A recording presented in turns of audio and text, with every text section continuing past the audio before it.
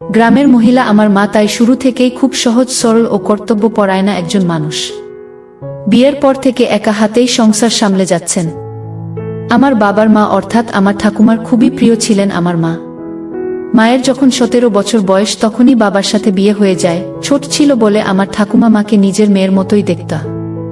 আমার বাবা শহরে থেকে কাজ করেন, 2 মাস 3 মাসে একবার বাড়িতে আসেন, কয়েকদিন থেকে আবার শহরে চলে যান। আমার মা খেতে খুবই ভালোবাসেন, মূলত ফল জাতীয় খাবার মায়ের খুবই প্রিয়। কোনো রকম খারাপ নেশা নেই, শুধু পান খায়।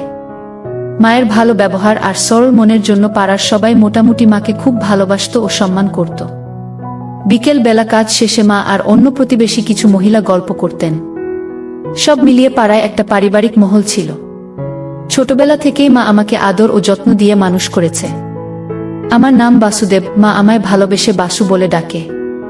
ছোটবেলা থেকেই মা আমার দেখা প্রথম ও একমাত্র মহিলা, তাই স্বভাবতই মহিলা হিসেবে মাকে ছাড়া আর কাউকে এত আপন করতে পারিনি একটা সময় পর্যন্ত। আমার বয়স 18, আমি একজন মাঝারি গড়নের ছেলে। আমি ইন্টারমিডিয়েট পাশ করে বাজারে চাল ডালের ব্যবসা করি। আমার মা গোড়া থেকে খুব খোলামেলা স্বভাবের মানুষ, তাই আমি আগা গোড়া সব কথাই মাকে বলি। আমার মা আমার কল্পনার রানী। মায়ের শরীরের গন্ধ আমার খুব ভাল লাগে। মায়ের ঘামের গন্ধ, নিঃশ্বাসের শব্দ, সব কিছুতেই আমি ভালোবাসার গন্ধ খুঁজে পাই। বয়সের সাথে সাথে আমার ঠাকুর চেঞ্জের সাথে সাথে মাকে আমি নতুনভাবে দেখতে থাকি। কিন্তু সব কিছুর সূত্রপাত এক দুপুরে। সে একবার গরমকালে আমি দুপুরে খাওয়া দাওয়ার পর খাটে শুয়ে আছি। মা সব বাসন মেজে ধোয়াধুয়ির কাজ করে ঘরে এসে ফ্যানের নিচে বসল। মাকে দেখে ক্লান্ত মনে হলো। মাকে জিজ্ঞাসা করে জানলাম সকাল থেকে সেদিন খাটাখাটনিটা বেশিই পড়েছিল। তারপর মা শুতে গিয়ে আমাকে বলল, কিরে বাসু, আজ এভাবে আড়াআড়ি ভাবে কেন শুয়েছিস? আমি কিভাবে শোব? আমি বললাম, কেন, তুমি সোজাসুজি শুয়ে পড়ো যেরকম প্রত্যেক দিন শোও। তাহলে আমার পা তো তোর গায়ে লেগে যাবে বাবা। আমি বললাম, তাতে কি হয়েছে, তুমি শুয়ে পড়ো, আমার এখন উঠতে ইচ্ছা করছে না। এরপর মা লম্বালম্বিভাবে এলিয়ে পড়ল। আমারে যাতে পা না লেগে যায় তাই জন্য পাটা গুটিয়ে রাখল। আমি খানিক বাদে মায়ের পা নিয়ে আলতো হাতে মালিশ করতে লাগলাম। মা প্রথমে খানিকটা কিন্তু বোধ করলেও সারাদিনে ক্লান্তির ফলে পায়ে আরাম পেয়ে আর কিছু বললেন না। এভাবেই পায়ের মালিশটা ক্রমে আমাদের দিনলিপির হয়ে উঠল এবং আমার মা অনেকটা সহজ হয়ে গেল। এদিকে আমার 37 বর্ষীয়া মায়ের এমন সুন্দর দেবীর মতো ফর্সা দেখে আমি আনন্দে ভাসতে লাগলাম। এরপর থেকে মাকে দেখার দৃষ্টিভঙ্গি আমার আরও বদলে গেল। সাধারণত বাড়ির কোনো কাজ করার সময়, বাসন মাজা বা কাপড় কাচার সময় বিশেষ করে শাড়িটা যাতে জলে ভিজে না যায় তাই গুটিয়ে কোমরে আটকে রাখতেন। এতে তার বেরিয়ে পড়ত। আমার মায়ের নিতম্ব আমাকে অমোঘ আকর্ষণ করত।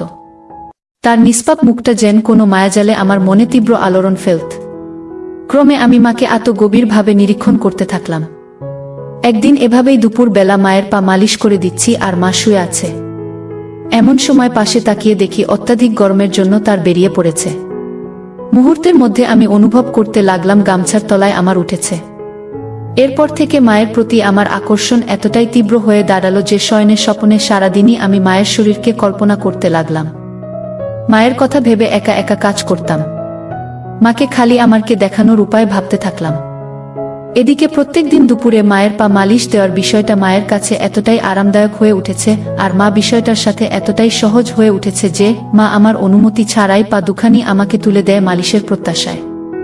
মাকে দেখেই আমার ঠাটিয়ে যায় আর গামছার উপর বানিয়ে ফেলে। মালিশের সাথে নাড়াচাড়ার সময় কখনো কখনো মায়ের পায়ের পাতা দুটি আমার সাথে লেগে যায়। প্রথমে ভয় পেলেও বিষয়টা আস্তে আস্তে আরও মজাদার হয়ে উঠল। খানিকক্ষণ পা মালিশ দেওয়ার পর মা গভীর ঘুমে আচ্ছন্ন হলে আমি নির্দ্বিধায় নিজের গামছা ফেলে সম্পূর্ণ অবস্থায় মায়ের পায়ের কাছে শুয়ে পড়ি আর তেল মালিশের সাথে সাথে মায়ের পা দুটোর মাঝখানে রেখে ধীরে ধীরে। সন্ধ্যায় আমার হঠাৎ ঘুম ভাঙলে দেখলাম মায়ের কোলে মাথা রেখে ঘুমিয়ে পড়েছিলাম। আমি নড়াচড়া করতেই মায়েরও ঘুম ভেঙে গেল। আমি বুঝলাম আমি তখনও সম্পূর্ণ অনাবৃত। মা আমায় বললেন আলোটা জ্বালতে। আমি এদিক ওদিক হাতড়েও গামছাটা খুঁজে পেলাম না। তাই মাকে বললাম, আমি স্নান করতে যাচ্ছি, গরম লাগছে, তুমি জ্বালিয়ে নাও বলে কলতলার দিকে গেলাম আর এদিকে মা সন্ধ্যা দ্বীপ জ্বেলে চাতালে এসে বসলেন। আমি কলতলায় বসে দুপুরের মুহূর্তগুলির স্মৃতিচারণ করছিলাম। মায়ের উপস্থিতি বুঝে কলতলার দরজা থেকে উকি মেরে বললাম, মা, গামছাটা একটু দাও না, তাড়াহুড়োতে গামছা আনিতে ভুলে গেছি। মা নিয়ে এসে দিতে এসে এত বছর পর আমায় সম্পূর্ণ অবস্থায় দেখল। খানিক আমার দিকে চেয়ে থেকে বলল, বাবা তাড়াতাড়ি গা ধুয়ে নাও। আমি চুল থেকে জল ঝাড়ার বাহানা করে গামছাটা নিতে একটু দেরি করলাম, যাতে মা আমাকে ভালোভাবে দেখে নিতে পারে। কিন্তু মায়ের তেমন কোনো আগ্রহ ছিল না। আরেকবার সুযোগ নেওয়ার জন্য মাকে বললাম, মা তুমি আমায় ছোটবেলার মতো পিঠ ঘষে স্নান করিয়ে দেবে? উত্তরে মা হেসে বলল, তুমি কি আর সেই ছোট আছো? এখন আমার থেকেও লম্বা হয়ে গেছ।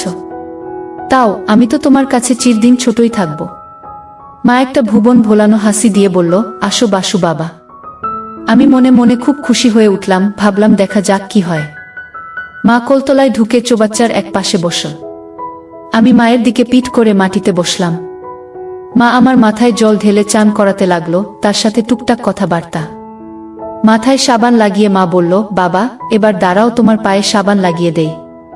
আমি দাঁড়ালাম সামনে, সামান্য ঝুঁকে মা নির্দ্বিধায় আমার দিয়ে পরিষ্কার করতে লাগলো পায়ের গোড়ালি, কোমর। এরপর সামনে ঘোরার সময় ভেবেই উত্তেজনায় আমার একটু একটু জান আসতে শুরু করলো। হঠাৎ আমার মনে পড়ল, কলতলায় এসে তো ভালো করে ধোয়াও হয়নি, দুপুরের সেই শুকনো দাগ জমে রয়েছে, মা কি ভাববে ভেবে ভয় করছে। আবার মা আমাকে এতটা কাছ থেকে দেখবে ভেবে ভালোও লাগছে। কি করব ভাবছি, এমন সময় মায়ের আওয়াজ পেলাম, বাবা এবার ঘুরে দাঁড়াও। মায়ের আওয়াজ শুনে ততক্ষণে আমার ছোট হয়ে গেছে, মন শক্ত করে ঘুরে দাঁড়াতে মা পায়ে সাবান ঘষতে শুরু করলো। এরপর সামনে এসে বাম হাত দিয়ে তুলে ধরে সাবান ঘষতে থাকলো। চামড়াতে তলার দিকে টান পড়ায় ততক্ষণে আমার মায়ের আলগা হাতের তালুতে উন্মুক্ত হয়ে গেছে। মায়ের হাতের সাথে সরাসরি সংস্পর্শে আমার ফুলতে শুরু করলো। এদিকে মা শাড়িটাকে গুটিয়ে কোমরে বেঁধে রেখেছে। এই দেখে মা আমার দিকে চেয়ে রইলেন কিছুক্ষণ, তারপর বললেন, বাবারে আমার বাসু বাবার কত বড় হয়ে গেছে। আমি খানিকটা লজ্জিত ও অনেকটাই গর্বিত বোধ করলাম মায়ের এই কথায়, কিন্তু মুখে কিছুই বললাম না। মা সাবান লাগাতে লাগাতে বলল, সেই ছোটবেলায় তোকে তেল মাখাতাম, তারপর খানিক রোদ্দুর গায়ে লাগিয়ে ভালো করে সাবান দিয়ে ডলে ডলে চান করাতাম, আর আজ কত বড় হয়ে গেছে আমার বাসু বাবা। আমি কোথায় বড় হলাম মা, আগের মতো আজও তো তুমি আমায় চান করিয়ে দিচ্ছ, তুমি চাইলে রোজই করাতে পার। মা একবার আমার দিকে চেয়ে একটা মিষ্টি হাসি হাসলেন। ইচ্ছা হলো ওই মায়াময় চোখ দুটিতে ডুবে যাই, এই সুন্দর প্রতিমার মতো মুখটাকে আদরে আদরে ভরিয়ে দেই। তারপর ছেড়ে বললেন, হাঁটু গেড়ে বস বাবা, তোমার মাথা আর বুকে সাবান লাগিয়ে দিই। আমি মাটিতে বসতেই আমার মায়ের পায়ে লাগলো। আর ভালোভাবে জায়গা বানানোর জন্য মা নিজের বা পাটা আমার ডানে রাখলেন। খানিকক্ষণের জন্য আমার মনে হলো আমি দেবীর আরাধনায় বসেছি। মায়ের দিকে এক দৃষ্টিতে চেয়ে থাকলাম। মা বুকে সাবান ঘষতে ঘষতে বলল, আমি খানিকটা লজ্জিত ও অনেকটাই গর্বিত বোধ করলাম মায়ের এই কথায়, কিন্তু মুখে কিছুই বললাম না। খানিকক্ষণের জন্য আমার মনে হলো আমি দেবীর আরাধনায় বসেছি। মায়ের দিকে এক দৃষ্টিতে চেয়ে থাকলাম। মা বুকে সাবান ঘষতে ঘষতে বলল, সে কি হয় বাবা, এখন তুমি বড় হয়েছ, তোমার সব কিছুই ধীরে ধীরে পরিবর্তিত হবে, পরিস্থিতি বদলাবে, অনেক সঙ্গী সাথী হবে। কিন্তু একটা কথা মনে রেখো বাবা, যে কোনো বিপদে বা খারাপ পরিস্থিতিতে পড়লে আমায় সব কথা খুলে বলবে, একদম দ্বিধা করবে না বাবা। আমি তো সব কথাই তোমায় বলি মা, তুমি ছাড়া আমার এত আপন আর কে আছে, তোমায় আমি খুব ভালোবাসি। আর বড় হওয়া মানে যদি তোমার থেকে দূরে সরে যাওয়া হয়, তাহলে এমন বড় আমি হতে চাই না। মা আমার দিকে চেয়ে আবার হাসলেন, সেই ভুবন ভোলানো হাসি, বললেন, বড় হতে চাই না বললেই হলো, বড় তো তোমায় হতেই হবে। তুমি বড় হবে, আমি বুড়ি হব, কিন্তু তার আগে তোমার একটা জীবন সাথী খুঁজে দিতে হবে আমাকে, যে তোমার খেয়াল রাখবে, তোমার জন্য রান্না করে দেবে। আমি বললাম, রান্না তো তুমিও আমার জন্য কর মা, আর আমি তাতেই খুশি, আমি তোমার সাথেও থাকবো, আর কারো সাথে না। মা হেসে বললেন, তা সে ঠিক আছে, এবার ওঠ বাবা। মা বললেন, বাসু বাবা, তোমার এখানে এসব নোংরা জমে আছে কেন? তুমি স্নানের সময় পরিষ্কার কর না কেন?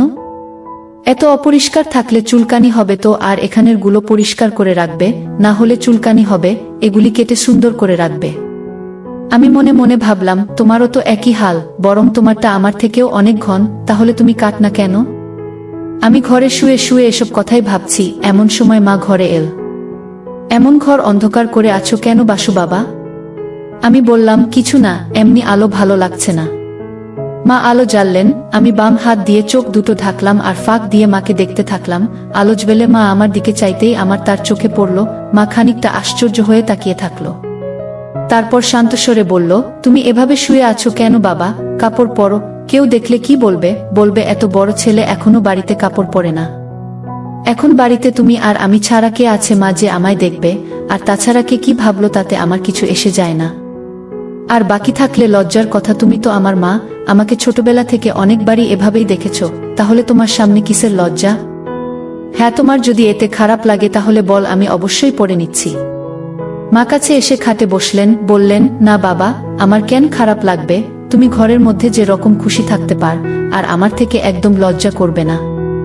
এরপর একটা সেক্তা হতে থাকলো। ক্রমে রাতের খাবার খেয়ে শুয়ে পড়লাম। এরপরে বেশ কয়েকদিন কেটে গেল, তেমন কিছু ঘটল না। আমিও দোকানের কাজ ও অন্যান্য কাজে ব্যস্ত হয়ে পড়েছিলাম। নিজেকে শান্ত করার কথা প্রায় ভুলেই গেছিলাম। সেদিন সম্ভবত শনিবার। সকালে উঠে আমি আমার কাজে চলে গেলাম। সারাদিন দোকানদারি করে গো ডাউনে মাল তুলে ঘরে ফিরতে ফিরতে বেলা 3টে বেজে গেল। ফিরে দেখি মা পুকুর পাড়ে বসে আরো কিছু পাড়ার মহিলার সাথে একসাথে জামাকাপড় কাচ্ছে আর গল্প করছে, শাড়িটা সেই কোমরে বাঁধা। আমি কাছে গিয়ে পুকুরের জলে হাত ধুতে থাকলাম। মা বলল, ঘরে গিয়ে বস, ঠান্ডা হয়ে স্নান করে নাও, আমি খাবার দিচ্ছি। আমি হাত ধুতে ধুতে মায়ের দিকে লক্ষ্য করলাম। আমি ঘরে ঢুকে গেলাম, পাখাটা চালিয়ে বসলাম। একটু পর সাবান নিয়ে পুকুরে গেলাম স্নান করতে। অন্যান্য সব মহিলারা চলে গেলেও মা তখনও ছিল, ভেজা কাপড়গুলো তারে মেলে দিচ্ছিল। আমার হঠাৎ কি মনে হলো, আমি সরষের তেল নিয়ে এসে পায়ে হাতে মাখতে থাকলাম। মা এসে জিজ্ঞাসা করলেন, কি হলো বাবা?